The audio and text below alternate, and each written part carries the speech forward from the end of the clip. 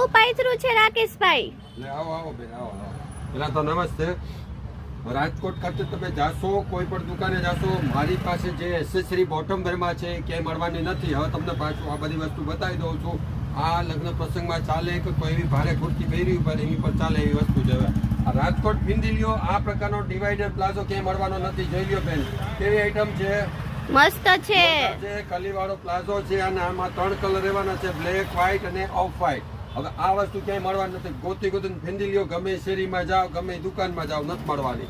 હવે આપણી પાસે ખાદીનો પ્લાઝો પણ આવ્યો છે, એ પણ બહુ સરસ મજાનો છે અને આમાં સાઇઝ રહેવાની છે મીડિયમથી લઈને 5XL સુધી.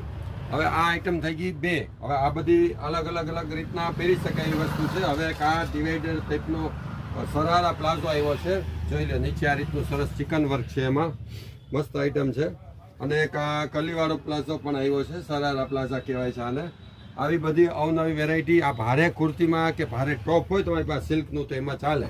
હવે આપણે એના સિવાય ચણિયા પણ રાખીએ છીએ વર્કવાળા, કે જેને બ્લાઉઝ છે કે કોટનની જે આઈટમ કરવી છે ચણિયાવાળી, તો એના માટે ચાલે. અને એક આ મમરી કોટનમાં સરારો આવ્યો છે મસ્ત મજાનો, જોઈ લો. લચકો એટલો મસ્ત મજાનો છે તો તમને મજા જ આવ્યા રાખે એવી વસ્તુ છે. હવે આવી અવનવી વેરાયટી તમને એક જ દુકાને એક જ છતની નીચે ક્યાં મળવાની છે? તો કે ખાલી ભૂમિ કુર્તી ગેલેરીમાં.